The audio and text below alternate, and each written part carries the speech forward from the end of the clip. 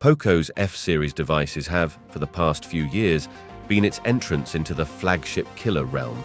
And recently the family has been split into two, a more affordable vanilla version and a Pro model that is the real flagship killer with a higher-end chipset.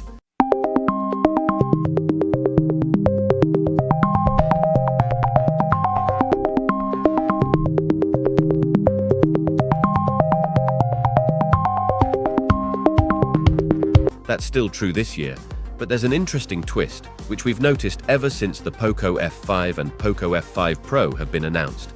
You are way more interested in the vanilla F5 than the F5 Pro, and we assume that's down to each device's value proposition. The F5 Pros isn't bad, don't get us wrong, but compared to past F-series Pocos, it's not great either. On the other hand, the Poco F5 on paper seems to tick a lot of boxes for a lot of people. So we were eager to see how it behaves in day-to-day life over an extended period of time, during which we've used it as our one and only smartphone. Hence, this long-term review was born.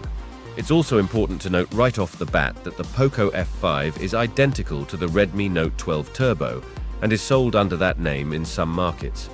We gave up trying to understand Xiaomi's naming and distribution shenanigans a long time ago, but we feel like this is important information you need to know going into this review. For the purposes of simplicity, we'll refer to the phone as Poco F5 since that's the shorter name, but know that everything we say about it applies to its twin as well.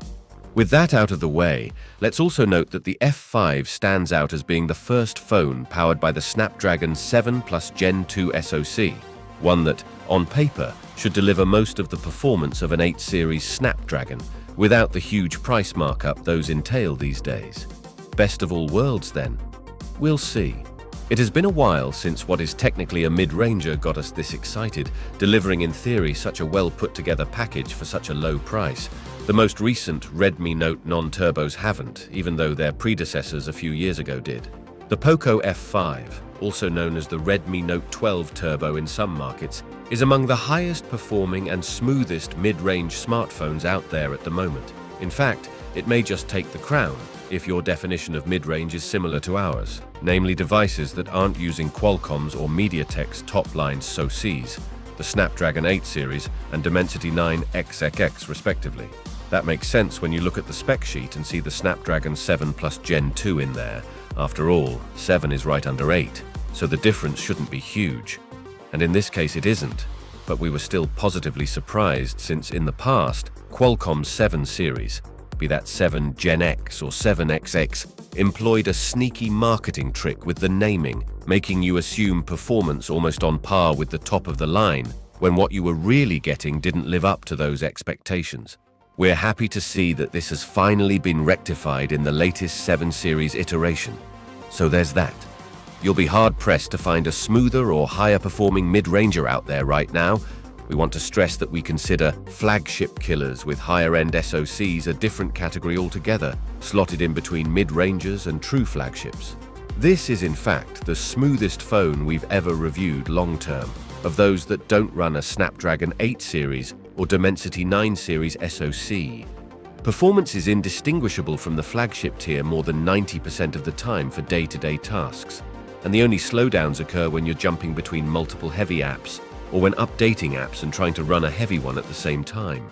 Otherwise, if you hand the Poco F5 over to a normal person off the street, someone who isn't connected to mobile world news all the time, they will undoubtedly assume that it is higher end than it actually is. The screen is bright enough to be very usable even on sunny days outdoors, although it doesn't get as dim at night as we would find comfortable. But of course, you might not care about that. Speaking of the display, the auto brightness algorithm on offer here is among the best we've encountered in the past year, and at this price point, that's certainly commendable. The speakers aren't the best ever, but are good enough in most conditions, while the vibration motor is an area where money was obviously saved, but it still does the job. It just feels a bit soulless, for lack of a better term. The fingerprint sensor is up there with the best side-mounted ones we've ever encountered, and battery life has been great. That's one step removed from outstanding in our book, and it's high praise. Charging is fast enough, even if not record-breaking, not even record-breaking for a mid-ranger. And people switching to this phone from an iPhone or Pixel or Galaxy will definitely be impressed. The lack of wireless charging is something we're always willing to overlook at such a price point, but your views on that topic could differ, of course. MIUI the 14th of May or may not be your cup of tea, depending on how many other MIUI running devices you've had in the past, and how you feel about very heavy Android skins, of which this is definitely one. We've handled quite a few MIUI handsets recently, and find the UI rather stale at this point in time, with minimal design changes between versions. The upcoming HyperOS based on Android 14 will undoubtedly make it to the Poco F5 at some point, but don't expect it soon. Xiaomi and its sub-brands take their time with major updates, and this is definitely something you need to keep in mind. Likewise, the monthly security updates only arrive once every 2 months, which is still better than what the situation used to be for mid-rangers in the Xiaomi stable even 1 year ago. But competitors do better, and this is just another thing that you need to be aware of, so that it's not a bad surprise once you get the phone. The cameras are a mixed bag. The main shooter seems to be carried over from last year's Poco F4, but it produces nicer images than that phone for whatever reason, and it has OIS, so we think it will do the job very nicely for most people in all conditions, while of course not being able to compete with cameras in flagship devices costing 3 times as much. The 2MP macro camera is a trend we really hoped would die this year, but there are still holdouts. We assume Xiaomi had a few million of them collecting dust in a warehouse somewhere, so you get one here, which you can feel free to ignore. The ultra-wide is at best decent during the day and pretty much unusable at night. This is clearly another cost-cutting exercise, and we'll be honest, we're growing very tired of these 8MP sensors at any price point above half of what the Poco F5 is going for. This should have been better. In the end, picking the Poco F5 or any other smartphone is a matter of personal preference, what you prioritize and what you can live without. There is no perfect device out there, and especially at mid-range prices, it's impossible not to have compromises.